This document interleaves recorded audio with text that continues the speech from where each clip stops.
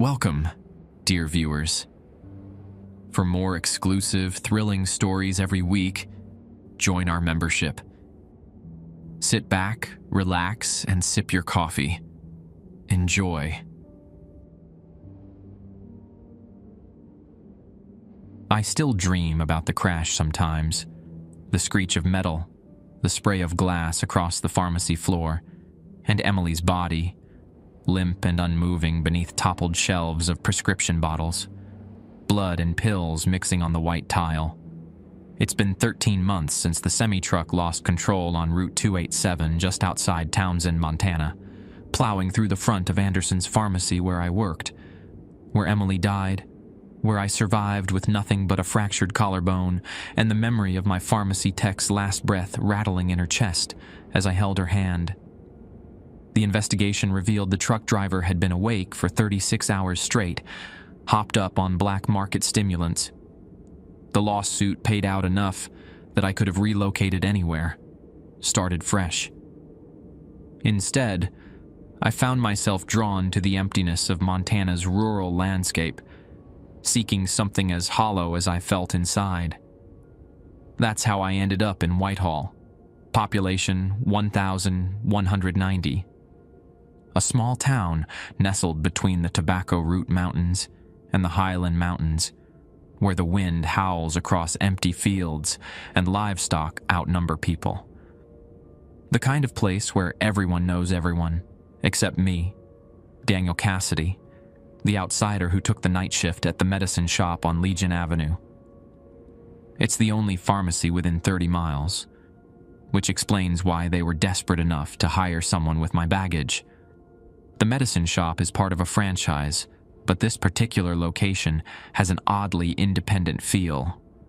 The building itself is an old converted hardware store with high ceilings, wooden floors that creak with every step, and a basement storage area that always seems 10 degrees colder than it should be. Owner Rick Stillwater, a gray-haired man with deep creases around his eyes, hired me on the spot. He didn't even flinch when I explained the gap in my employment history or why I flinched at the sound of truck brakes. Instead, he slid a typewritten page across his desk. "Night shift has some peculiarities," he said, tapping a finger on the paper. "Follow these guidelines, and you'll do fine." I almost laughed at the word guidelines. The list was clearly labeled rules in bold at the top of the page. 7 rules to be exact. I assumed they were standard operating procedures dressed up to sound important. Security protocols, inventory management, what to do in case of power outages. I was wrong. The first night was uneventful. The second night too. By the third night, I'd almost forgotten the rules completely. That was my first mistake. Because when the snow began to fall and the temperature dropped to 15 below that fourth night, I realized why the medicine shop's night shift paid triple the going rate. I understood why the previous pharmacist had left town without giving notice or forwarding address. I learned why the locals avoid the place after sundown, why delivery drivers insist on dropping packages before 4 p.m. The medicine shop serves customers after dark that aren't quite people. And the 7 rules are the only thing keeping me alive until morning. The rules seemed innocuous at first.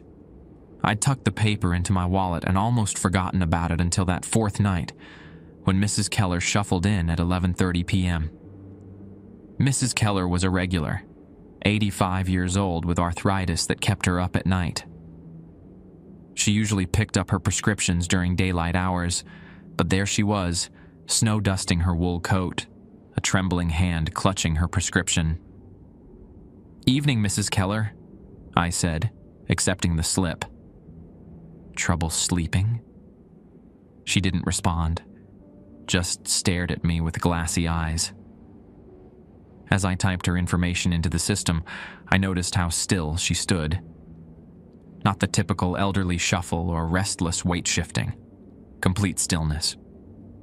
And despite coming in from the blizzard outside, no snow was melting on her coat. Rule number 1 flashed in my mind. Never address customers by name unless they say it first. I'd broken it without thinking. My mouth went dry as I filled her prescription. Tramadol, the same as always. When I returned to the counter, she was in the exact same position, not a muscle moved, eyes fixed on the space where I had been standing. "Your prescription is ready," I said, sliding the bag across the counter. "That'll be $32.50. Mrs. Keller reached into her purse with mechanical precision and placed exact change on the counter. Crisp bills that looked newly minted. As her fingers retreated, I noticed they were blue-tinged, the nails almost black at the edges. She grabbed the bag and turned to leave, movements now fluid like water. At the door, she paused. "Careful with names, Daniel Cassidy," she said without turning around, her voice layered with something deeper, guttural underneath the elderly quaver. "Names have power here." The door chimed as she left, and I collapsed against the counter, heart hammering in my chest. I pulled out the crumpled rules sheet. Rule 1. Never address customers by name unless they say it first. Rule 2. If the prescription label printer runs without being prompted, destroy whatever comes out without reading it. Rule 3. The telephone will ring at 2:13 a.m. every night. Answer before the third ring, but say nothing until the caller speaks. Rule 4. If a customer's reflection in the security mirror doesn't match their appearance, complete their transaction, but do not look them in the eye. Rule 5. The basement storage area is off limits between midnight and 4 a.m. Rule 6. If you hear knocking from the drive-through window when no car is visible, do not approach the window or turn your back to it. Rule 7. Never, under any circumstances, accept prescriptions written by Dr. Clayton Mills. I stared at the list, suddenly understanding Rick's insistence that I memorize them. These weren't corporate regulations or security protocols. These were survival instructions. The digital clock on the register read 11:58 p.m., almost midnight. Almost time for Rule 5 to come into play. The fluorescent lights flickered overhead, and I swore I heard footsteps in the basement storage area below. Heavy, dragging steps. Then a thump, like something large falling over. I needed supplies from down there. A shipment of insulin that had arrived that afternoon. I'd meant to bring it up earlier, but got distracted with inventory counts. The insulin was needed for Mrs. Henson's morning pickup. Without it, she'd be in serious trouble. 11:59 p.m. Another thump from below, louder this time. Then a scraping sound, like furniture being moved, or something clawing at the floor. The rational part of my brain said it was just the old building settling, or maybe a rodent that had found its way inside to escape the cold. But the rest of me, the part that had watched Mrs. Keller's unnatural movements, knew better. Midnight struck, and the lights dimmed momentarily. The sounds from below stopped abruptly, replaced by a profound silence that felt like a held breath. I backed away from the basement door, nearly tripping over a stack of delivery boxes. As I steadied myself, the pharmacy phone rang. Not the typical electronic chime, but an old-fashioned bell ring that raised goosebumps on my arms. The caller ID showed a number from Whitehall Memorial Hospital, and I answered automatically. "Medicine shop, this is Daniel. Is it in the basement yet?" A man's voice, urgent, unfamiliar. "What? Who is this?" "You're new. Listen carefully. Check the front door. Is it locked?" I glanced at the entrance. The closed sign was illuminated, but I hadn't thrown the deadbolt after Mrs. Keller left. "No, it's... Lock it now. Then check the security camera for the parking lot." Confused but alarmed by his tone, I hurried to the door and secured the deadbolt. Then I turned to the security monitor mounted behind the counter. The parking lot was empty except for my Subaru Outback, partially covered in fresh snow. But at the edge of the frame, Barely visible in the glow of the street lamp, stood a figure. Tall, unnaturally thin, wearing what looked like hospital scrubs. It was staring directly at the camera. "I see someone outside," I whispered into the phone. "Description?" "Tall, thin, wearing scrubs, standing completely still." The line went silent for several seconds. Then, "That's not a customer. That's not even a person anymore." Dr. Mills got to them. "Stay inside, stay visible in whatever you do. Don't let them see you read any prescriptions they might try to give you."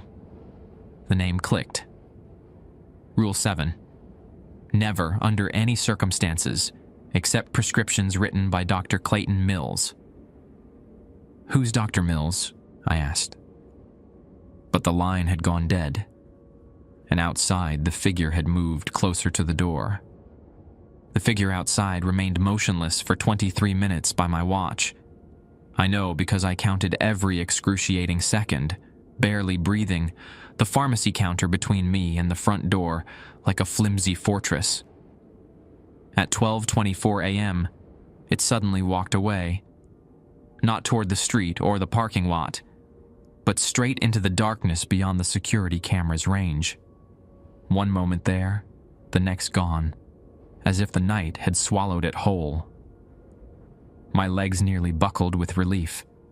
I slumped onto the stool behind the counter, fumbling for my cell phone. 3 bars of service, a miracle in rural Montana during a snowstorm. I scrolled to Rick Stillwater's number, thumb hovering over the call button. What would I even say? "Hey boss, sorry to bother you at midnight, but I think your pharmacy is haunted." Oh, and Mrs. Keller might be dead, or possessed, or something else entirely. Before I could decide, the prescription label printer whirred to life beside me. Rule 2. If the prescription label printer runs without being prompted, destroy whatever comes out without reading it. My heart lurched as a label slid out, face down on the counter. Protocol demanded I destroy it unread, but curiosity begged me to look. Just a glimpse. I compromised, grabbing the paper and crumpling it in my fist without flipping it over. The prescription-grade paper was thick, resistant to my efforts to crush it. I tossed it into the shredder bin beneath the counter, where it landed with a thud that seemed too heavy for a single label. The phone at the counter rang again. I checked the time. 12:47 a.m. Not yet the 213 call mentioned in Rule 3. I answered cautiously. "Medicine shop." Nothing but static, then a wet, gurgling sound like someone drowning. I nearly hung up when a voice broke through. A young woman panicked. "Hello? Is someone there? I need help." My throat tightened. It sounded exactly like Emily, my dead pharmacy tech. "The truck is coming," she said, voice breaking. "Please, I'm trapped." I slammed the phone down, hands shaking violently. Not real. Couldn't be real. Just my guilt manifesting in this already bizarre night. The shredder bin under the counter rattled. I looked down to see the crumpled prescription label vibrating, the bin shaking hard enough to bang against the cabinet. With a breaking sound, the label unfolded itself, flattening out as if pressed by invisible hands. It began to slide upward, out of the bin. I kicked the bin across the floor and grabbed the pharmacist's stamp, the heaviest object within reach, and smashed it down on the label before it could fully emerge. The paper tore beneath the metal stamp, and a high-pitched sound like a distant scream filled the air for a split second before cutting off. The torn pieces lay still. I gathered them quickly, hands clumsy with fear, and carried them to the sink in the compounding area. I struck a match from the emergency kit and set the fragments ablaze, watching until they were nothing but ash, then washed the remains down the drain. As I turned off the water, something thumped heavily in the basement storage. Rule 5. The basement storage area is off limits between midnight and 4 a.m. Whatever was down there, it knew I was alone. It knew I was afraid. The insulin for Mrs. Henson was still down there. I glanced at the clock, 1:03 a.m., almost 3 hours before I could safely retrieve it. My mind raced for alternatives. We kept some emergency supplies in the refrigerator behind the counter, but I'd need to check if we had her specific prescription.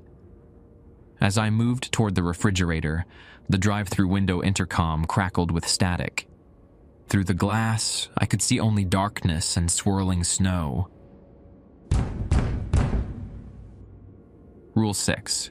If you hear knocking from the drive-through window when no car is visible, do not approach the window or turn your back to it. I froze, keeping the window in my peripheral vision. The knocking came again, more insistent. Knock. Knock. Knock. I remained at the counter, pretending to review paperwork, body angled so I could watch the window without directly facing it. A hand pressed against the glass, pale, withered, with blackened fingertips. The same blue-tinged hand Mrs. Keller had extended earlier, but now the discoloration had spread past the wrist, disappearing into a tattered sleeve. The intercom crackled again, and a voice that was both Mrs. Keller's and not Mrs. Keller's spoke. "Daniel Cassidy, we have something for you." I remained silent, remembering her warning about names having power. "Your friend Emily misses you, Daniel. She's waiting for you." My blood turned to ice. No one in Whitehall knew about Emily. "We have her prescription ready. Dr. Mills wrote it specially for her pain. For your pain, too." Rule 7. Never under any circumstances accept prescriptions written by Dr. Clayton Mills. The basement door creaked open an inch, then another. Cold air rushed upward, carrying the smell of antiseptic and something underneath. The copper scent of old blood. I was caught between threats. Whatever waited at the drive-thru and whatever was emerging from the basement. I slid behind the tall shelving unit, trying to keep both danger points in view without fully exposing myself to either. Through a gap in the shelves, I watched a figure gradually ascend from the basement, not climbing the stairs so much as floating upward, rising with unnatural smoothness. It wore a white coat, splattered with dark stains. A pharmacist's coat. My predecessor? The figure's back was to me, head bent at an uncomfortable angle. It drifted toward the drive-through window, carrying something in its outstretched hands, a white prescription bag. They were working together, these things pretending to be human. I needed a weapon, a defense, anything. My gaze fell on the emergency Narcan kit we kept for opioid overdoses. It wasn't much, but the syringe could be useful if things got desperate. The floating pharmacist reached the drive-through window. The hand outside pressed harder against the glass, fingernails scratching with a sound that made my teeth ache. The pharmacist raised its head, and I caught its reflection in the security mirror above the counter. It had no face, just stretched, blank skin where features should be. My knees nearly gave out. I gripped the shelf to steady myself as the faceless pharmacist slid the prescription bag through the transfer drawer to the thing outside. The drawer closed, then opened again. A different bag came through from outside, which the faceless pharmacist accepted with a courteous bow. It turned, and I ducked fully behind the shelving, praying it hadn't seen me. Heavy footsteps crossed the floor. Normal human footsteps now, not the floating movement from before. "Mr. Cassidy?" A man's voice, pleasant and professional. "We know you're here. Your car's outside." I held my breath, clutching the Narcan syringe in my sweaty palm. "Dr. Mills would like to meet you. He's very interested in your experience at Anderson's pharmacy. The accident. The survival." The footsteps stopped directly on the other side of the shelving unit. "He has a theory about near-death experiences and pharmaceutical compounds. Your blood work after the accident showed anomalies." My mind raced, How could this thing know about my medical records? We just need a small sample, a consultation. Then you'll be free to go. The lie was so obvious it would have been laughable in any other circumstance. The shelving unit suddenly shifted as the thing pushed against it. I scrambled backward, abandoning stealth for speed, and dashed toward the pharmacy counter. The digital clock caught my eye as I ran. 2:12 a.m. Rule 3. The telephone will ring at 2:13 a.m. every night. Answer before the third ring, but say nothing until the caller speaks. 1 minute. If I could just hold out for 1 minute. The faceless pharmacist lunged after me, moving with jerky, puppet-like motions now. I vaulted over the counter, sending paperwork flying, and put the solid surface between us. The thing paused, head tilting as if curious. Then it smiled, a horrific sight as a seam split across its blank face, revealing rows of teeth, but no lips, no gums. The phone rang. The faceless pharmacist froze, its grotesque mouth seam twitching. I lunged for the phone, nearly dropping it in my haste. The faceless pharmacist took a step back, its head cocked like a confused dog. "Answer it," it hissed through its teeth-filled gash. "But remember your rules." Rule 3. The telephone will ring at 2:13 a.m. every night.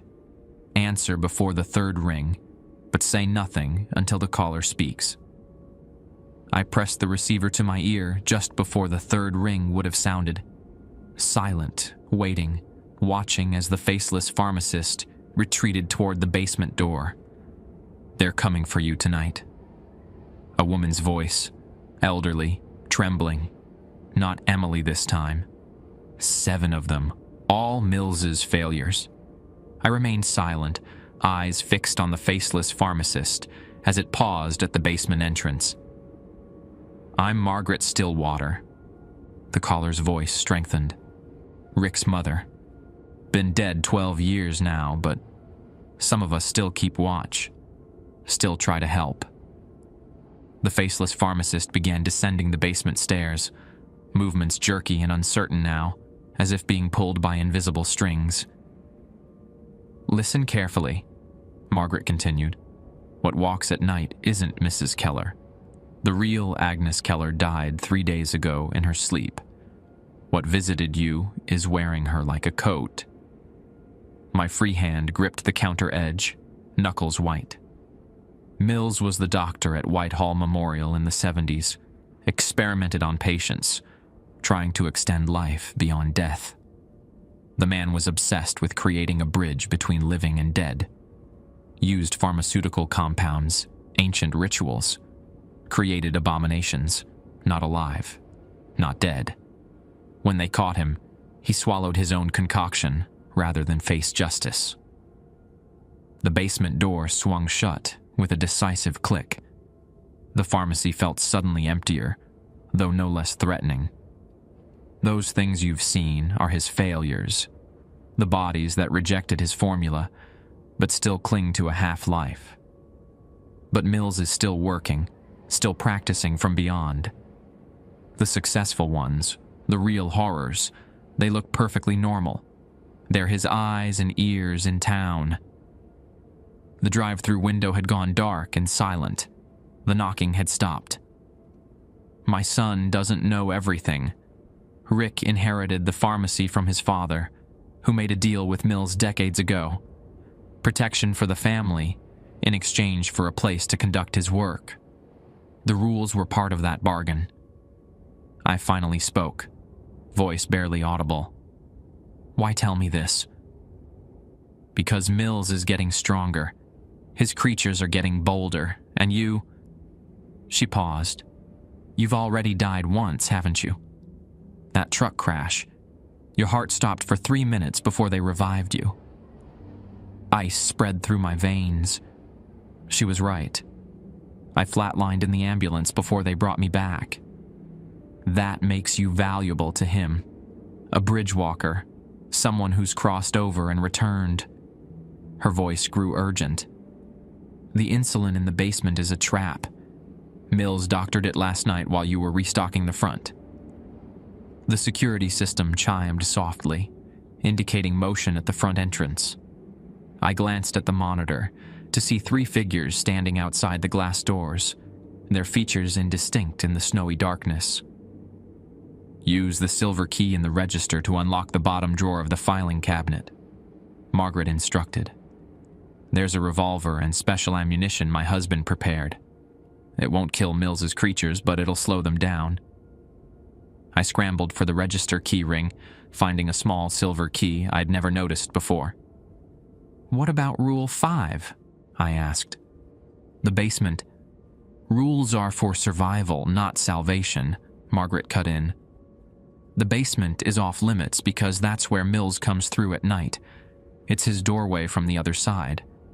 But sometimes you need to break rules to break free." The figures outside had begun pressing against the door, their hands leaving frost patterns on the glass.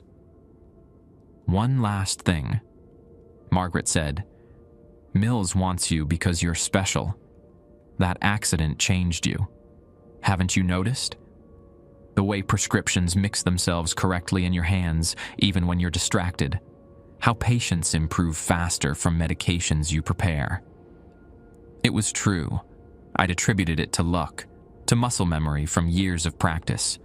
But there had been moments, times when I'd known exactly what a patient needed before they described their symptoms, times when I'd reached for bottles without looking and found the exact medication required. Your death and return gave you something. A pharmacist who can bridge life and death through medicine. That's Mills's holy grail. The lock on the front door rattled as something metal was inserted. A key? Impossible. I'd locked it myself. "They're coming in," I whispered. "The filing cabinet," Margaret urged. "Now!" I dropped the phone and dashed to the filing cabinet, jamming the silver key into the bottom drawer. It slid open to reveal a wooden box inlaid with silver symbols. Inside lay an antique revolver with a mother-of-pearl handle and 6 brass bullets inscribed with tiny markings. The front door opened with a rush of frigid air. 3 figures entered, an elderly man using a cane, a middle-aged woman in a postal uniform, and a teenage boy in a Whitehall High School letter jacket.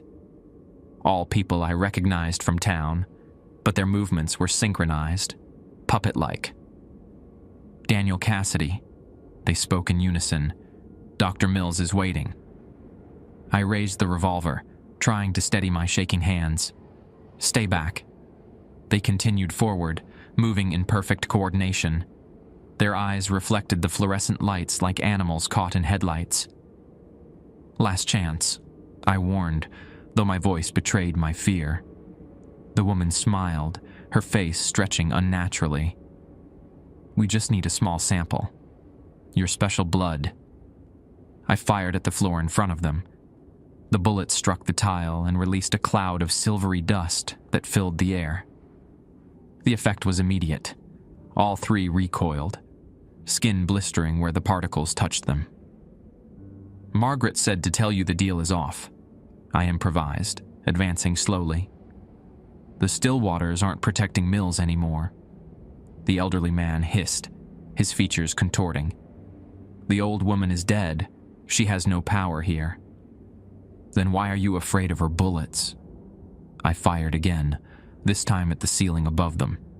More silver dust rained down, and they scrambled backward, their skin smoking on contact. Taking advantage of their retreat, I bolted for the pharmacy's side exit, an emergency door that led to the alley. The alarm would sound when opened, but that hardly seemed important now. As I reached for the push bar, the prescription label printer whirred to life again. This time, it didn't stop with one label. It began spitting out sheet after sheet, the paper unfurling across the counter like a growing serpent. Rule 2. If the prescription label printer runs without being prompted, destroy whatever comes out without reading it. I hesitated, torn between escape and following the rules that had kept me alive so far. The 3 intruders had recovered and were advancing again, more cautiously now, but no less determined. Behind them, through the front windows, I could see more figures gathering in the parking lot, at least a dozen silhouettes standing unnaturally still in the falling snow. The basement door creaked open once more. Trapped. But Margaret had said sometimes rules needed to be broken. I made a split-second decision and dashed back to the counter, grabbing the stream of labels flowing from the printer. The text swam before my eyes, not prescription information, but a message, repeating over and over. Basement freezer. Back wall. Push through. The teenage boy lunged at me, moving with unreal speed. I fired the revolver, catching him in the shoulder. He fell back with an inhuman shriek, the wound bubbling with silver foam. The prescription paper in my hand grew hot, then burst into flame. I dropped it with a yelp as the fire spread rapidly, consuming the entire stream of labels in seconds. Smoke filled the pharmacy, acrid and thick. The sprinkler system remained silent, disabled somehow.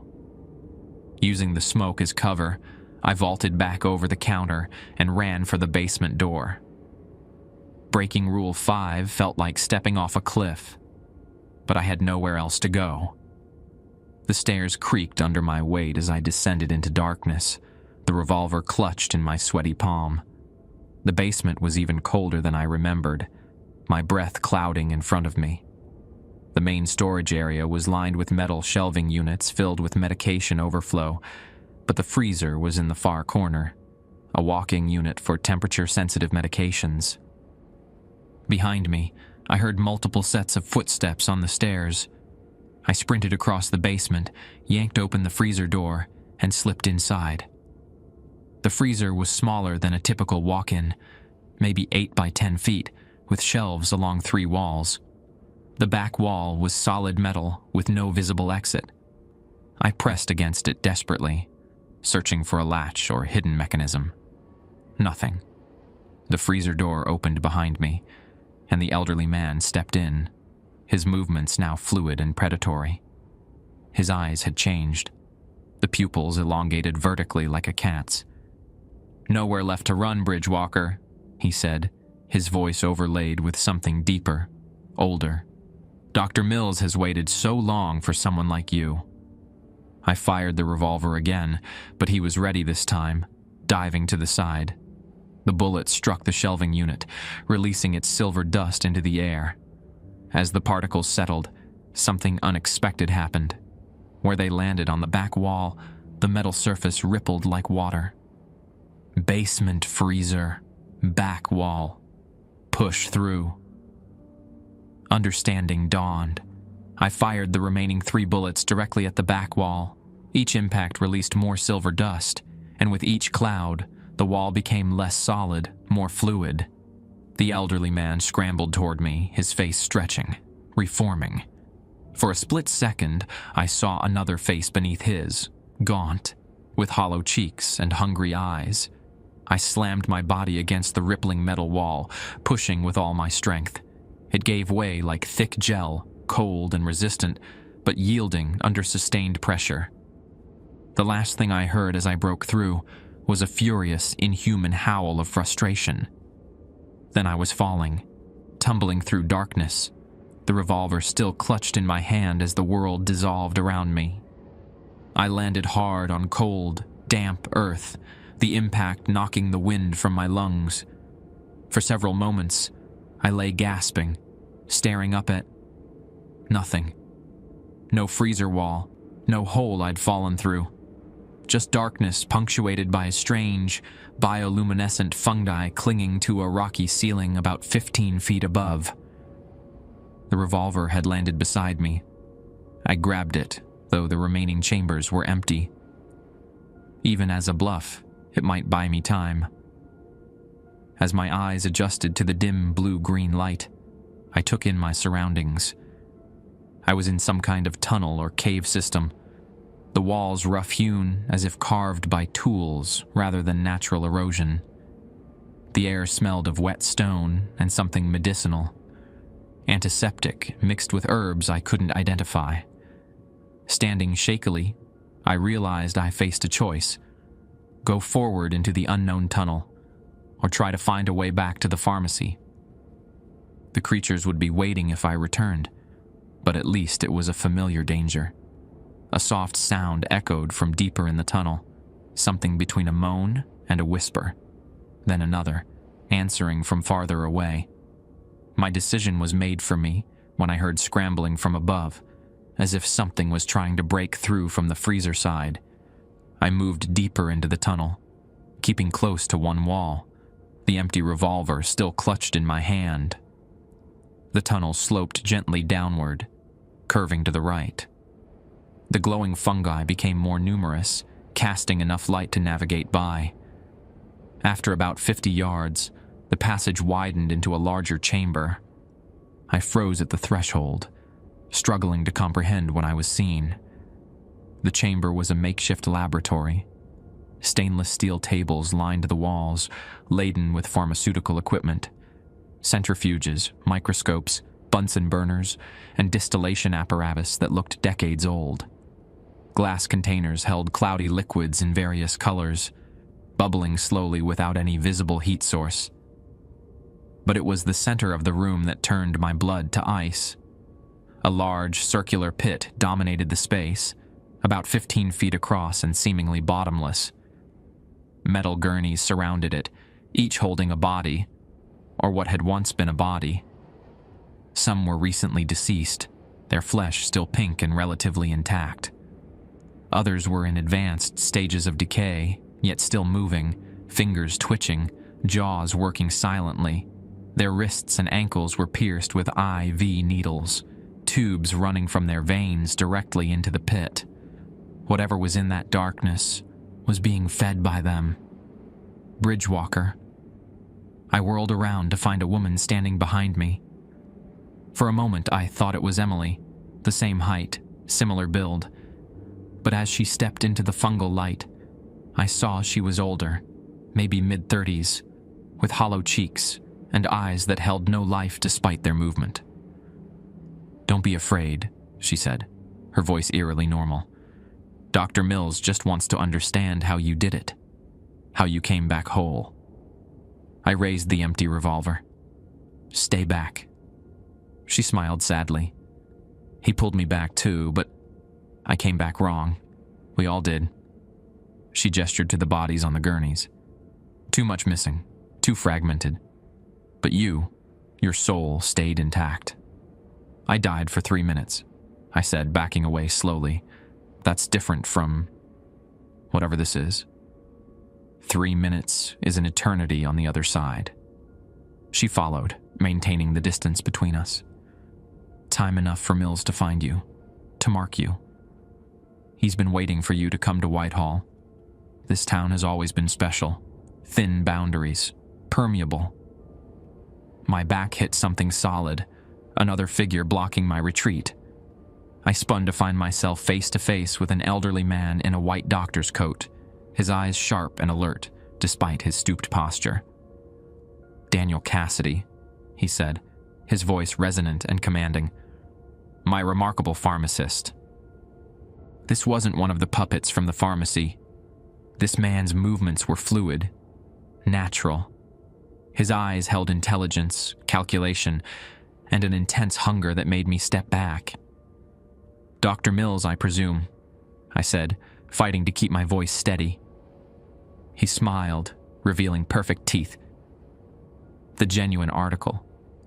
Not like those poor fragments upstairs playing at being me." He gestured dismissively. "Echoes, nothing more." My mind raced. Margaret had said the real Mills committed suicide decades ago. Yet here he stood, elderly, but very much alive. As if reading my thoughts, he laughed. "Death is a permeable membrane, Mr. Cassidy. You know this. You've crossed it yourself.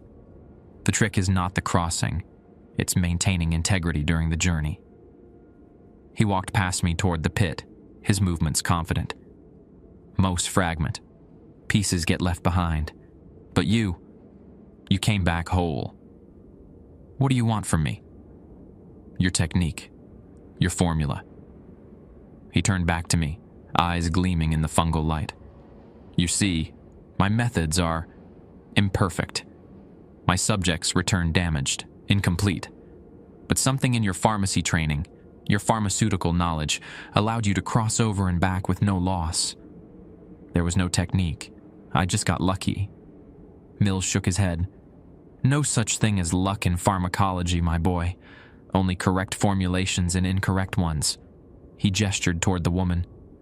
Sarah here was a pharmacist too. One of my early attempts at bringing back someone with pharmaceutical knowledge. But she returned. Compromised. Sarah's face remained impassive, but her fingers twitched spasmodically at her sides. Your blood holds the answer. Mills continued. Something unique in your chemistry. Perhaps a natural compound I've overlooked, or some interaction with medications you were taking at the time of your accident. I wasn't on any medications, I said, still gripping the useless revolver. Mills raised an eyebrow. No? Not even self-prescribed? Many pharmacists develop habits. Access makes it so easy. The accusation struck close enough to home that I flinched. There had been a period after Emily's death when I'd self-medicated with samples of anti-anxiety medications. Nothing serious, nothing addictive, but still off-the-books usage. Mills saw my reaction and smiled. Ah, we're getting closer to the truth. A low moan emanated from the pit, followed by a subtle vibration in the stone floor. The bodies on the gurneys responded, their movements becoming more agitated, fluids pumping faster through the IV tubes. He's hungry, Sarah said, her voice taking on a reverent quality. The procedure must begin soon. Mills nodded. Prepare the extraction equipment. I'll handle Mr. Cassidy. As Sarah moved toward a cabinet on the far wall, I realized I was out of time. The empty revolver was useless. I needed another weapon, another way out. My gaze fell on the nearest lab table. Among the equipment was a familiar sight. A mortar and pestle I recognized from compounding medications, along with various chemical containers labeled in faded handwriting. One label caught my eye. Silver nitrate. Beside it sat a bottle of potassium chloride. Standard pharmaceutical ingredients, but when combined. Mills approached, producing a syringe from his coat pocket. This won't hurt. Much. Just a small sample to begin with. I backed against the lab table, one hand gripping the edge, the other still holding the revolver as a decoy. The Stillwaters know I'm here, I bluffed. They'll come looking. Mills chuckled. The Stillwaters have been facilitating my work for generations. A necessary arrangement. This town needs its pharmacy after all. He stepped closer. Though I admit, Margaret has become troublesome since her passing. The dead should remain compliant. My fingers closed around the silver nitrate bottle. As Mills reached for my arm, I smashed the bottle against the edge of the table and flung the contents toward his face. He recoiled with inhuman speed, but some of the powder caught him across the cheek. His skin sizzled, gray smoke rising from the contact points. He howled, a sound no human throat could produce, and staggered back. I grabbed the potassium chloride bottle and hurled it directly into the pit. Glass shattered somewhere in the darkness below, followed by a shrieking sound that shook dust from the ceiling. The reaction was immediate and catastrophic. The pit erupted with silvery light, pulsating like a massive heartbeat. The tubes connected to the bodies on the gurneys began to glow, then rupture, spraying luminescent fluid across the chamber. "No!" Mills screamed, lunging for the pit's edge. "You don't understand what you've done!" I didn't wait to find out. As chaos erupted, I bolted for the tunnel entrance, pushing past the stunned Sarah. Behind me, the chamber filled with unearthly screams. Not just Mills, but all the partial corpses on the gurneys, suddenly animated with a terrible collective purpose. Something grabbed my ankle as I reached the tunnel. I looked down to see a severed hand, still connected to an IV tube, its fingers digging into my flesh with tremendous strength. I kicked frantically at the severed hand, the revolver falling from my grasp as I struggled for balance. The fingers dug deeper, cold and unyielding.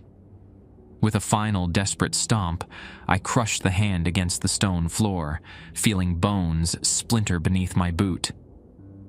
It released me with a twitch, fingers still grasping at nothing as I fled into the tunnel. Behind me, the chaos in the chamber intensified. A blast of pressurized air knocked me forward, sending me sprawling onto the damp stone. The tunnel walls shuddered, a deep, structural tremor that dislodged rocks from the ceiling. I scrambled to my feet and pressed on, guided only by the faint glow of the fungi. The tunnel began to slope upward, twisting in switchbacks that suggested it was designed to surface gradually. My lungs burned with exertion and the strange, antiseptic air. After what felt like an eternity of climbing, I reached a fork in the tunnel. The right path continued upward, while the left remained level, leading deeper into the earth. Logic said to take the ascending route, but a soft blue light emanated from the left passage, more concentrated than the scattered fungi. Footsteps and inhuman howls echoed from behind me. No time for careful deliberation. I chose the left path, drawn to the light source despite my better judgment.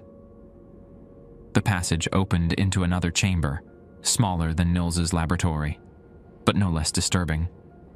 The walls were lined with glass-fronted cabinets filled with old pharmaceutical bottles, their labels yellowed with age. At the center stood a stone altar. There was no other word for it, atop which glowed a blue flame in a bronze brazier. Beside the altar was a figure I recognized immediately, though I'd never seen her in life. "Margaret Stillwater," I breathed. The elderly woman nodded, her form semi-transparent in the blue light. "You've made quite a mess of things, Daniel." "Mills, he was trying to—" "I know what Mills was doing," she interrupted. "I've been watching for decades, but your chemical reaction has destabilized the entire system. The boundary between worlds is thinning." She gestured to the flame. "This is a doorway, maintained by the Stillwater family for generations.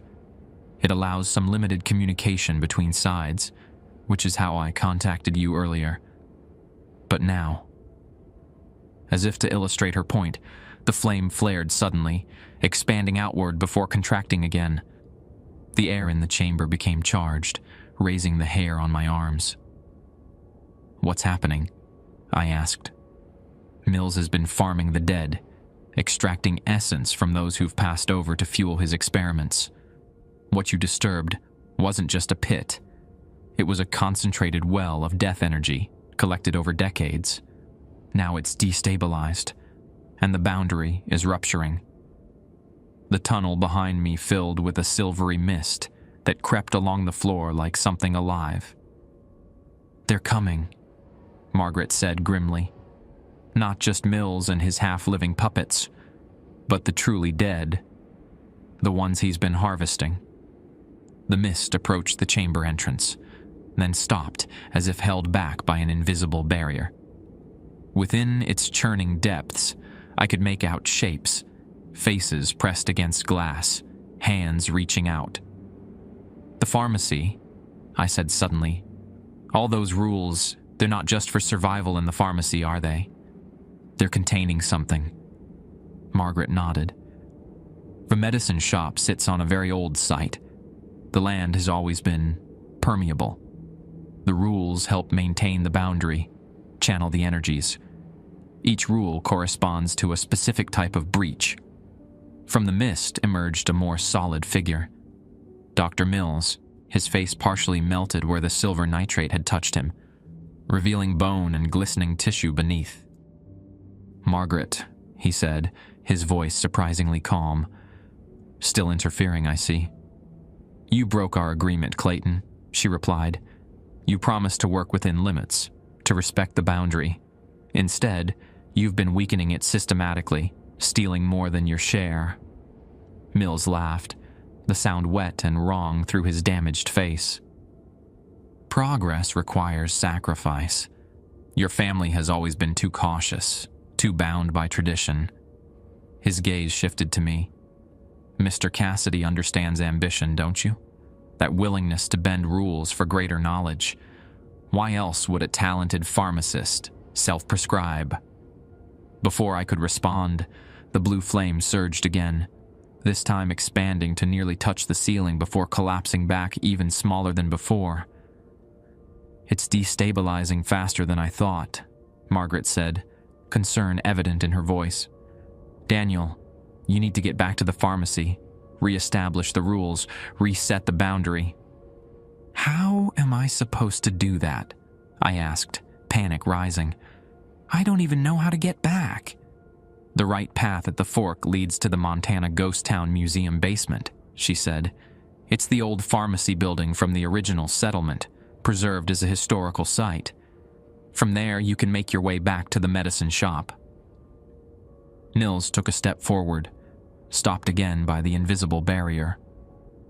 His damaged face twisted into what might have been a smile. "He won't make it back in time. The boundary is failing.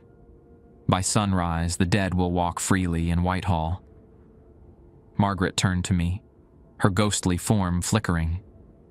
"There is a way to reset everything, but it requires specific compounds in precise formulations. The original boundary was established using frontier pharmacopoeia, medicines mixed by the first Stillwater pharmacist in 1879. "What medicines?" I asked. "What formulation?" "The recipe is in the Stillwater Compendium, a leather-bound book in Rick's office safe." She glanced at Mills, who watched us with calculated interest. "The combination is my birthday, August 17th, 1937. The blue flame flickered violently, and Margaret's form dimmed. "I'm losing connection. The flame is dying. Once it's gone, the barrier will fail completely." Mills pressed a hand against the invisible wall, which now visibly rippled like disturbed water. "Almost there," he murmured. "Almost free." "One more thing," Margaret said urgently. "The key ingredient is blood freely given by someone who's crossed over and returned whole. Your blood, Daniel." The weight of understanding settled on me. "That's why Mills wants me. My blood can either strengthen the boundary or destroy it completely, depending on how it's used." Margaret nodded. "Precisely. In his hands, it would create a permanent rupture. In the proper formulation, it will heal the breach." The barrier at the entrance shimmered, growing more transparent by the second. Behind Mills, the mist had solidified into dozens of figures, men and women in clothing from different eras, their forms partially translucent, but becoming more solid as I watched. "The dead of Whitehall," Mills said, pride in his voice.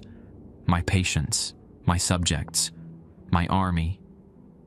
Margaret's form flickered more rapidly. "Run, Daniel. Take the right path. Get to the museum, then back to the medicine shop. There's still time before dawn." I backed toward the chamber's other exit, a small opening in the far wall. "What about you?" "I'll hold them as long as I can." She moved to stand between me and the failing barrier, her ghostly form expanding to block the entrance. "Go!" I ran. The new tunnel was narrower, forcing me to crouch as I moved. Behind me, I heard the barrier fail with a sound like shattering glass, followed by Mills' triumphant laugh and something else. A rushing sound, like dozens of bodies surging forward. Margaret screamed, a sound that no living throat could produce. and then silence. The tunnel climbed more steeply now, the fungi giving way to conventional electric lighting, emergency bulbs spaced along the ceiling. After another 100 yards of frantic running, I emerged into a large basement filled with storage crates and glass display cases covered in protective sheets. A sign on the wall confirmed Margaret's directions: Whitehall Frontier Museum, artifact storage, staff only. I navigated through the maze of historical displays, finding a staircase that led to the main museum floor. The building was dark and silent, closed for the night. Through the front windows, I could see Main Street, the familiar shop fronts of Whitehall dusted with fresh snow. The medicine shop was 5 blocks away. A wall clock showed 3:47 a.m., less than 3 hours until dawn. I forced a side door and slipped out into the bitter cold, my pharmacy coat offering little protection against the Montana winter. The snow had stopped falling, but the temperature had dropped further, each breath painful in my lungs. Main Street was deserted, the only movement coming from the blinking yellow traffic light at the intersection. I ran, slipping occasionally on icy patches, my mind racing to formulate a plan. Get to the pharmacy, find the Stillwater Compendium, nix the formula, use my blood to reset the boundary. Each step seemed impossible, but failure meant Mills and his army of the dead would overrun Whitehall by sunrise. As I passed the Silver Dollar Saloon, movement in the reflection of its front window caught my eye. I wasn't alone on Main Street after all. Figures emerged from alleys and side streets. Townspeople I recognized, moving with that now familiar puppet-like coordination. Mills's influence was already spreading beyond the medicine shop. I ducked behind a parked SUV as Postmaster Jenkins and 2 high school teachers walked past, their movements stiff and synchronized. Their eyes swept back and forth, searching, hunting. When they passed, I continued, keeping to shadows and alleyways. The medicine shop's illuminated sign came into view, the green cross flickering in the darkness. The building appeared undamaged from the outside, despite the chaos that had unfolded within. How would I get in? The front doors would likely be watched, and the side entrance led directly to the basement, Mills's domain. Then I remembered something Rick had mentioned during my orientation. The building's history as a hardware store had left some quirks in its architecture, including a dumbwaiter system that once connected to the second floor when it housed the owner's apartment. The shaft had been sealed off, but was still accessible from the rear delivery area. I circled around to the back of the building, where a small loading dock served for deliveries. The security light was out, leaving the area in darkness. Perfect for my approach, but not helpful for finding the dumbwaiter access. As I searched the wall, I heard footsteps crunching on snow. I pressed myself into a shadowy corner as Rick Stillwater himself appeared, unlocking the rear delivery door with shaking hands. His movements were his own, hurried, frightened, human, not one of Mills's puppets. As he pushed the door open, I stepped out. "Rick!" He whirled, raising a shotgun I hadn't noticed. "Stay back." "It's me, Daniel," I said, hands raised. "I'm still me." The shotgun remained pointed at my chest. "Prove it. Tell me something Mills wouldn't know." I thought rapidly. "You hired me after a 5-minute interview.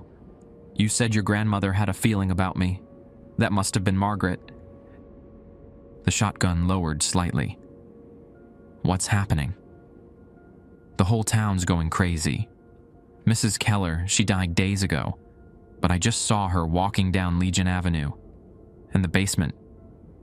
"It's Mills," I said. "The boundary between worlds is failing. Margaret told me there's a way to fix it, a formula in the Stillwater Compendium. In your office safe." Rick's eyes widened. "Grandma Margaret's been dead for 12 years. Death is more complicated in Whitehall, apparently," I said grimly. Will you help me?" A distant howl echoed down the street, an inhuman sound that made us both flinch. Rick nodded, raising the shotgun again. "Let's go. But if you start acting funny, I won't hesitate." "Fair enough," I said, following him into the building. We don't have much time before dawn. The delivery area showed signs of struggle. Knocked over boxes, scattered paperwork, a toppled shelf. Rick moved with the confidence of a man who knew every inch of his territory, guiding me through the back corridors toward his office. "Been in the family for 4 generations," he said as we moved. "My great-grandfather built it after apprenticing with the original Stillwater Pharmacist. Never told me about any of this otherworld nonsense, though." "Maybe he thought he was protecting you," I suggested, keeping my voice low. Rick snorted, "By leaving me blind. Some protection." We reached his office door, solid oak with an antique brass nameplate. Rick unlocked it and ushered me inside, locking it behind us. The office was quintessential small-town business owner. Wooden desk cluttered with paperwork, filing cabinets lining one wall, framed pharmacy licenses and family photos on another. Rick went straight to a painting, a watercolor landscape of the Tobacco Root Mountains, and swung it aside to reveal a wall safe. He dialed the combination with practiced movements. "August 17th, 1937, he muttered. "Grandma's birthday. Should have known she was involved somehow." The safe opened with a soft click. Inside were various documents, a small cash box, and a leather-bound volume with a copper clasp. Rick removed the book carefully, as if it might crumble at too rough a touch. "The Stillwater Compendium," he said, placing it on his desk. "Been in the safe my whole life. Dad said it was just a family heirloom, our ancestors' original formula book." I approached the desk as Rick opened the clasp. The pages were brittle but well preserved, filled with handwritten notes in an elegant script. Detailed chemical formulations, anatomical drawings, and observations on various medical conditions filled the margins. "This is incredible," I murmured, carefully turning the page. Some of these formulations predate modern pharmaceutical understanding by decades. Rick flipped toward the back of the book. "If Grandma was right, we're looking for something about boundaries or barriers." I spotted a section heading near the end. "The veil formulation, for treatment of permeable conditions between states of being." "Here," I said, pointing. The recipe was complex but recognizable to a trained pharmacist, a mixture of natural compounds, chemical agents, and what the book called spiritual catalysts. Many ingredients were antiquated terms, but I could identify modern equivalents for most. Powdered silver nitrate, wild sagebrush extract, elkhorn shavings, fermented wheat spirit. I read aloud. Distilled water from a mountain spring at full moon. Some components were more troubling. Blood of a bridge walker freely given. Essence of veil lily, harvested at dying light. I looked at Rick. These aren't standard pharmaceutical ingredients. Rick's face had gone pale. Veil lily. That's what Grandma used to call those white flowers that grow on the hillside cemetery. Said they only bloom where the boundary is thinnest. A crash from somewhere in the building made us both start. Rick raised the shotgun, moving to the door to listen. "We need to gather these ingredients," I said, studying the formula again. "Most of the chemical components should be in the pharmacy inventory. I know where Dad kept the more unusual items," Rick said grimly. "Storage room behind the compounding area. He always said they were traditional medicines. Native remedies." Another crash, closer this time, followed by the sound of breaking glass. "They're in the pharmacy," Rick whispered. "Mills and his things." "We need a plan," I said, taking a photo of the formula page with my phone. "The compounding area has what we need, but we'll have to get past them." Rick reached into his desk drawer and pulled out a ring of keys. Back stairs to the roof. We can cross to the adjacent building and come down through their stairwell, then enter through the compounding room window. Dad installed a hidden access panel years ago, smuggling route during Prohibition, supposedly. A thud against the office door made us both flinch. The handle jiggled. "Daniel Cassidy," came Mills's voice, eerily calm. "We know you're in there. This is unnecessary. The boundary is already failing. Dawn will bring a new era for Whitehall. For everyone." I looked to Rick, who nodded toward a door at the rear of the office I hadn't noticed before. "Fire escape," he mouthed silently. As we moved toward it, the office door shuddered under impact, something large ramming against it. "The dead you're so afraid of," Mills continued. "They're just people. People who can come home again. Isn't that what everyone wants? A chance to see their loved ones again?" The image of Emily flashed in my mind, not the twisted version Mills had tried to use against me, but the real Emily, laughing in the sunlight on her last day alive. "He's playing mind games," Rick hissed, unlocking the fire escape door. "Don't listen." We slipped through onto a narrow metal staircase that climbed the outside of the building. The bitter cold hit me again after the warmth of the office, my breath clouding in the pre-dawn darkness. The sky had begun to lighten almost imperceptibly in the east, a faint gray glow behind the mountains. At the top of the stairs, we emerged onto the flat roof of the medicine shop. From here, I could see much of Whitehall spread out below, the streets still dark except for scattered streetlights. Movement caught my eye, people walking in perfect synchronization down Main Street, more emerging from houses and buildings, all converging on the pharmacy. "The whole town," Rick breathed. "Mills has the whole damn town." "Not yet," I said, "but he will by dawn if we don't complete the formula."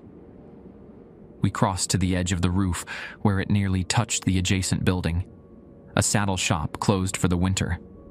The gap was only about 4 feet, an easy jump under normal circumstances, but the surfaces were icy and treacherous. Rick went first, landing heavily, but safely on the other side. I followed, nearly slipping on the landing but catching myself before I fell. The saddle shop's roof access was locked, but Rick made short work of it with a pocket knife, manipulating the simple mechanism until it gave way.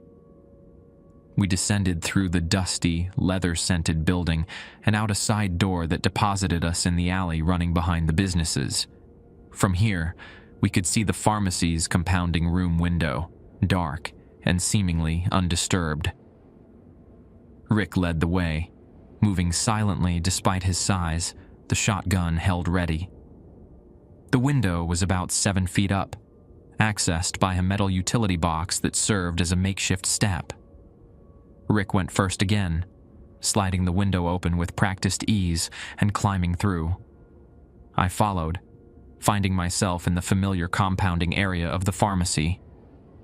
The room was dark, lit only by the emergency exit signs and what little ambient light filtered through the blinds.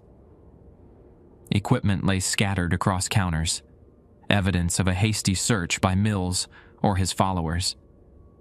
Rick moved to a supply cabinet that looked identical to the others, except for a small notch carved into the frame. He pressed a concealed latch, and the entire unit swung outward to reveal a hidden storage space built into the wall. Inside were dozens of glass bottles, herb bundles, and wooden boxes, all meticulously labeled in the same handwriting as the compendium. Dad maintained it exactly as his father had, Rick said, pulling out specific containers. Said it was tradition. I consulted the formula on my phone while Rick gathered components. Most were recognizable despite their antiquated names: silver compounds, herbal extracts, mineral salts. "What about the veil lily?" I asked. Rick pulled out a small envelope containing dried white petals. Dad collected them every year at dusk on the summer solstice. Said it was for his herbal remedies business. We worked quickly, setting up the compounding equipment. The formula required precise measurements and specific preparation techniques. Heating some components, cooling others, combining them in a particular sequence. This is more alchemy than modern pharmacy, I muttered as I crushed dried herbs in a mortar. Same thing once upon a time, Rick replied, measuring clear liquid into a graduated cylinder. Medicine's always been part science, part something else. A floorboard creaked in the main pharmacy area. We froze, listening intently. Shuffling footsteps moved across the front of the store, then stopped. Rick raised the shotgun, aiming at the doorway separating the compounding area from the main floor. Long seconds ticked by in silence before the footsteps resumed, moving away toward the front entrance. We continued working, measuring and mixing with controlled urgency. I recognized the protocol, similar to compounding certain unstable medications that required precise handling. The last step approached, the addition of my blood, freely given. Rick handed me a sterile lancet from the diabetic testing supplies. Final ingredient. I pricked my finger without hesitation, allowing 7 drops to fall into the mixture, the number specified in the compendium. The clear liquid turned crimson, then deep purple, then clear again, releasing a brief wisp of steam that smelled of ozone and something floral. "It's ready," I said, looking at the small vial of finished formula. It appeared completely ordinary, just clear liquid that could have been water. "Now what?" Rick asked. "The book doesn't specify how to use it." Before I could respond, the lights in the compounding area suddenly blazed on. In the doorway stood Dr. Mills, his damaged face partially regenerated but still grotesquely asymmetrical. Behind him crowded at least a dozen townspeople, their eyes vacant, movements synchronized. "The still water formulation," Mills said, his voice almost reverent. "I've spent decades trying to recreate it." He extended a hand. All those years experimenting with pharmaceuticals and death, when the answer was right here all along. Rick raised the shotgun. "Stay back." Mills smiled, the expression hideous on his half-repaired face. "You won't shoot your neighbors, Rick. Your customers. Your friends." As if to illustrate his point, a small girl pushed her way to the front of the crowd. No more than 8 years old, wearing pajamas decorated with unicorns. "That's Sophie Miller," Rick whispered, the shotgun wavering. "Frank Miller's daughter." "The formula, please," Mills said, stepping forward. "It's too late anyway. Look outside." I glanced toward the window. The sky had lightened to deep blue, dawn approaching rapidly. "The boundary is already failing," Mills continued. "Can't you feel it?" And I could. A strange vibration in the air. A feeling of pressure in my ears like descent in an airplane. Reality itself seemed to be thinning, stretching like plastic wrap pulled too tight. "We're out of time," I said to Rick. "We need to use the formula now. But how?" Mills took another step forward. "I can show you. I know exactly how it works." He held out his hand again. "Give it to me, and I'll save Whitehall." Behind him, little Sophie Miller smiled, a wide, unnatural stretch of the lips that no child should be capable of forming. "He's lying," I said, clutching the vial. "If Mills knew how to use the formula, he wouldn't need us alive." Rick kept the shotgun trained on Mills, though his aim wavered when he looked at little Sophie. "What do we do? We can't hurt these people." I scanned the compounding area desperately for inspiration. The compendium hadn't specified application methods, but there had to be a clue somewhere. My gaze settled on the pharmacy's nebulizer, a device used to convert liquid medicine into aerosol mist for respiratory patients. The rules, I said suddenly, the realization striking me. The 7 rules maintain the boundary at different points. The formula needs to be applied at all 7 locations. Mills's damaged face twitched. Clever pharmacist, but it won't work. You don't know the locations, and dawn is minutes away.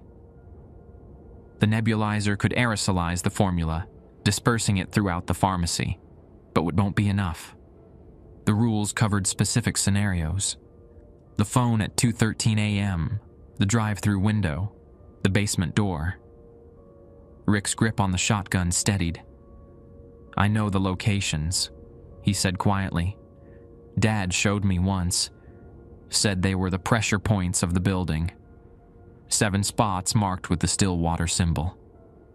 Mills took another step forward, his followers mirroring his movement in perfect synchronization. Even if you disperse the formula, it won't seal properly without activation. The Stillwaters always needed a bridge walker to complete the ritual. That's why you've been hunting them, I said, understanding dawning. Not just for your experiments, but because they could reinforce the boundary. Why maintain a wall when we can build a bridge? Mills spread his arms. Death doesn't have to be final. The divide doesn't have to exist. Behind Mills, more townspeople crowded into the pharmacy, their movements mechanical, their eyes empty. Through the front windows, I could see the eastern sky brightening, the mountains now silhouetted against a pale blue backdrop. Rick nodded subtly toward the nebulizer, then at a fire alarm on the wall. I understood his plan immediately. What happens at dawn? I asked Mills, trying to buy time as I inched toward the nebulizer. What exactly are you bringing through? Mills smiled, that horrible half-formed smile. Not bringing through. Tearing down. When the sun crests the mountains, the boundary will dissolve completely. Life and death will no longer be separate states, just different rooms in the same house, with an open door between them. And you'll control that door, I said. Someone has to be the gatekeeper. Mills shrugged.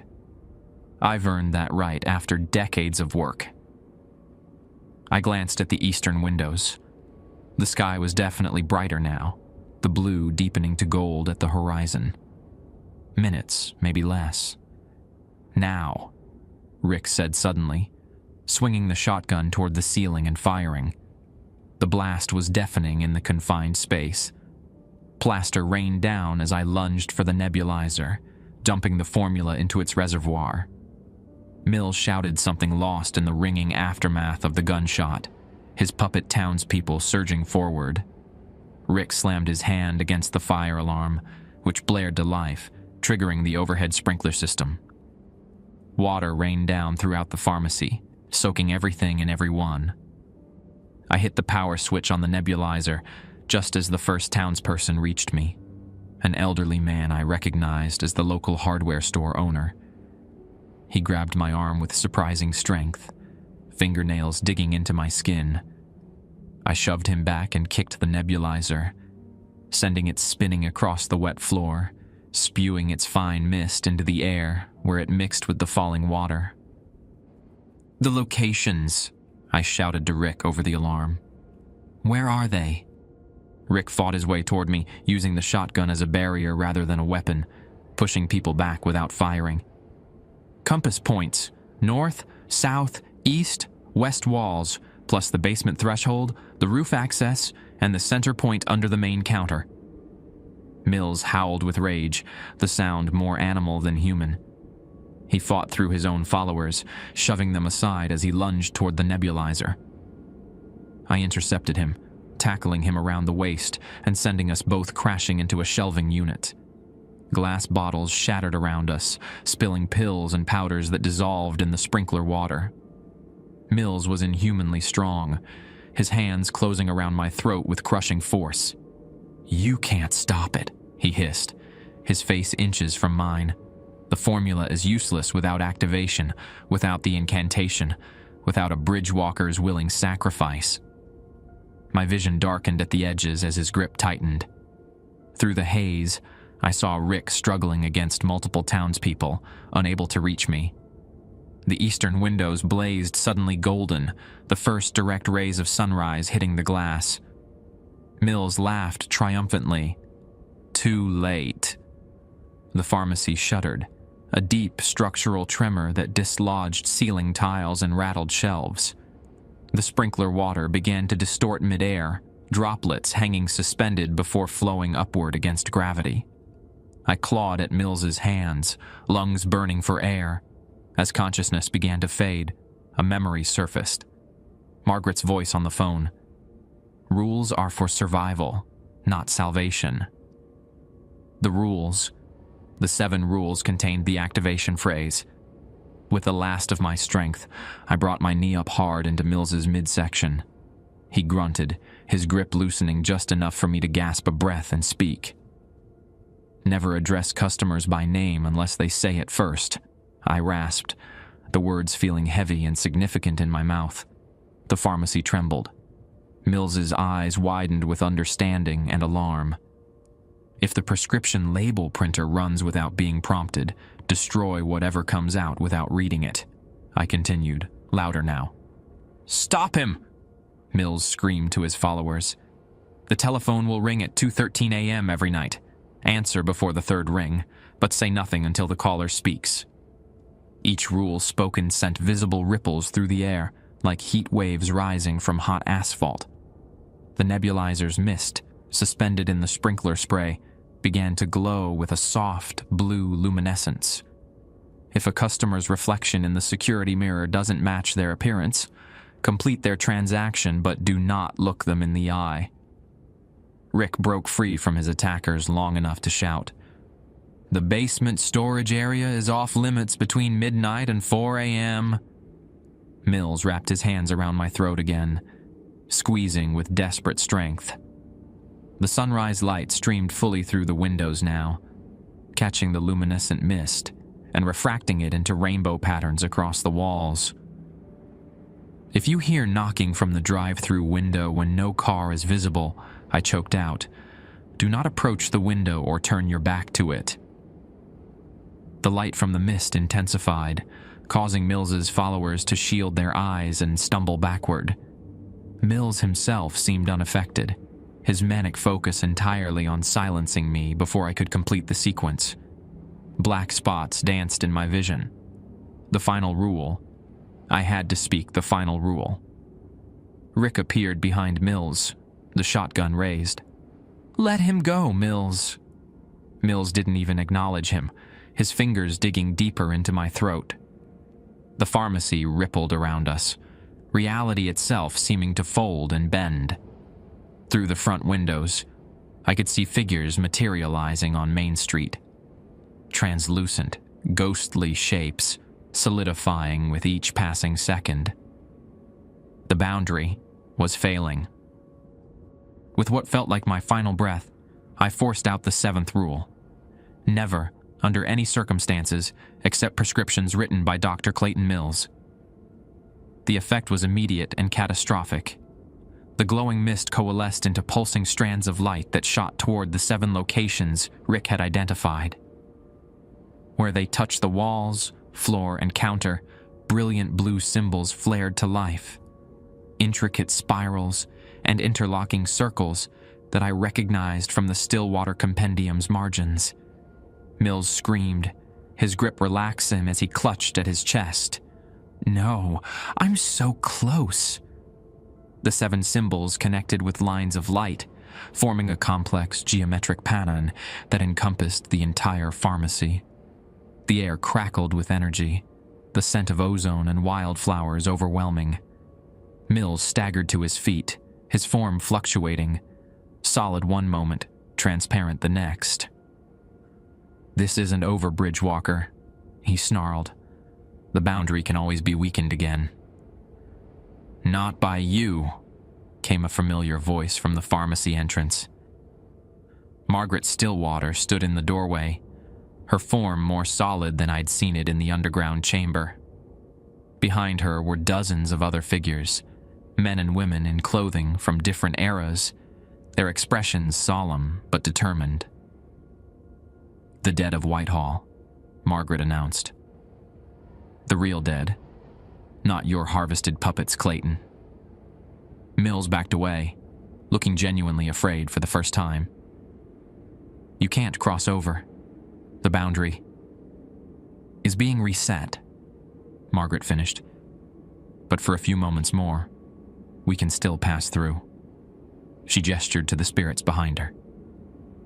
"Your patients remember what you did to them, what you took from them, and they've come to take something back." The townspeople who had been under Mills's control suddenly collapsed to the floor like marionettes with cut strings. As they fell, Mills clutched his head, screaming, "No! My network! My connection!" The ghostly figures surged forward, surrounding Mills in a tightening circle. He lashed out with desperate strength, but his hands passed through them ineffectually. "You stole our essence," said one ghost, an elderly man in clothing from the 1950s, "harvested us like crops. Used us to power your experiments," added a young woman in the nurse's uniform. "Fed on our suffering," growled a man in frontier clothing, possibly one of Whitehall's original settlers. Mills turned in desperate circles, searching for escape. "You don't understand. I was building a bridge, ending death itself." "Death isn't meant to be ended," Margaret said. "Only understood, only accepted." As one, the spirits reached for Mills. Where they touched him, pieces of his form seemed to disintegrate, flaking away like ash. He howled, a sound of pure anguish that rattled the windows and sent shivers down my spine. The blue symbols burned brighter, the pattern now complete. The mist condensed into a solid barrier of light that swept outward from the center of the pharmacy, passing through walls and windows, expanding to encompass the entire town. Rick helped me to my feet as we watched Mills collapse, his body breaking apart into swirling motes that the spirits seemed to reclaim into themselves. "Taking back what's theirs," Margaret explained, her form already beginning to fade as the boundary reasserted itself. "Their stolen essence, their peace." The spirits grew more transparent with each passing second, their vengeance complete. Margaret approached us, her smile sad but satisfied. "The boundary is restored," she said. "Stronger than before thanks to your blood and voice, Daniel. A bridgewalker's gift, freely given." "Will it hold?" I asked, my voice hoarse from Mills's attack. "For a time. All boundaries need maintenance." She looked at Rick. "The rules must still be followed. The Stillwater duty continues." Rick nodded solemnly.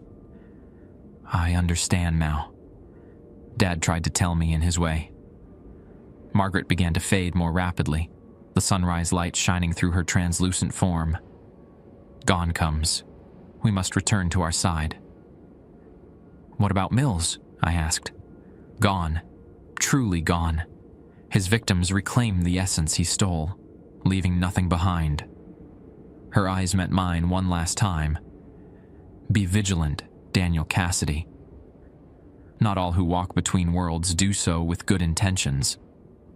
With those final words, she vanished completely, along with the remaining spirits. The blue symbols flared once more, then faded into invisibility, leaving behind ordinary walls marked only by water damage from the sprinklers. Around us, the townspeople were beginning to stir, confused and disoriented. Little Sophie Miller sat up, rubbing her eyes and asking for her father. Rick immediately went to comfort her, assuring her everything was all right. Outside, the sun had fully cleared the mountains, bathing Whitehall in golden morning light. The street looked perfectly ordinary. No ghostly figures, no signs of the supernatural event that had nearly consumed the town. Just another dawn in rural Montana. except everything had changed. It's been 6 months since that night at the medicine shop. 6 months of following the rules with a new understanding of their importance. 6 months of watching the boundary, maintaining the balance between worlds. Whitehall returned to normal with remarkable speed.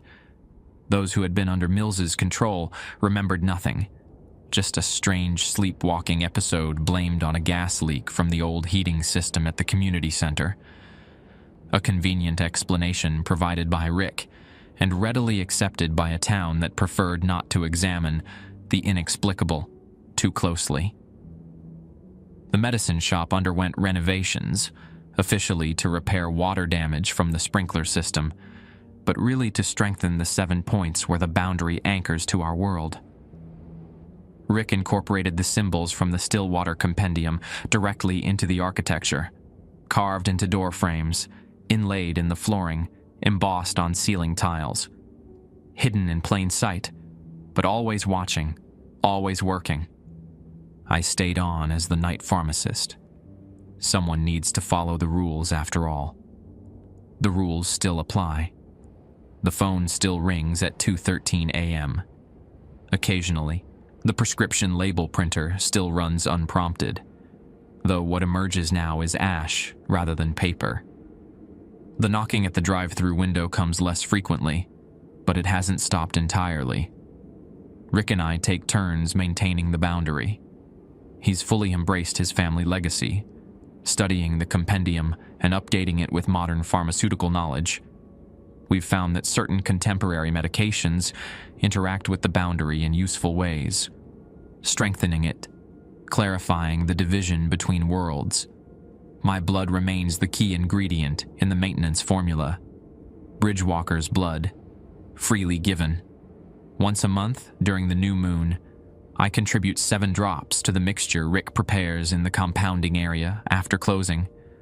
We apply it to the 7 points, recite the rules, and watch as the blue symbols flare momentarily before fading back into invisibility. I've begun to understand what Margaret meant about my near-death experience changing me. The anomalies Mills noticed in my blood work weren't just curiosities. They were evidence of something fundamental shifting within me. I can sense the boundary now, feel its fluctuations like changes in barometric pressure. I know when it's strong and when it's thinning, and I can do more with medications than I ever could before. Compounds mix perfectly under my hands.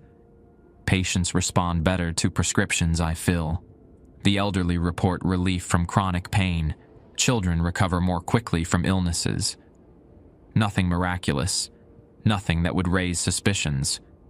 Just consistently better outcomes than statistical averages would predict. I still dream about Emily sometimes, but the dreams have changed. She's peaceful now, smiling, telling me it's not my time yet. I think perhaps she's watching from the other side, making sure I'm doing my job properly.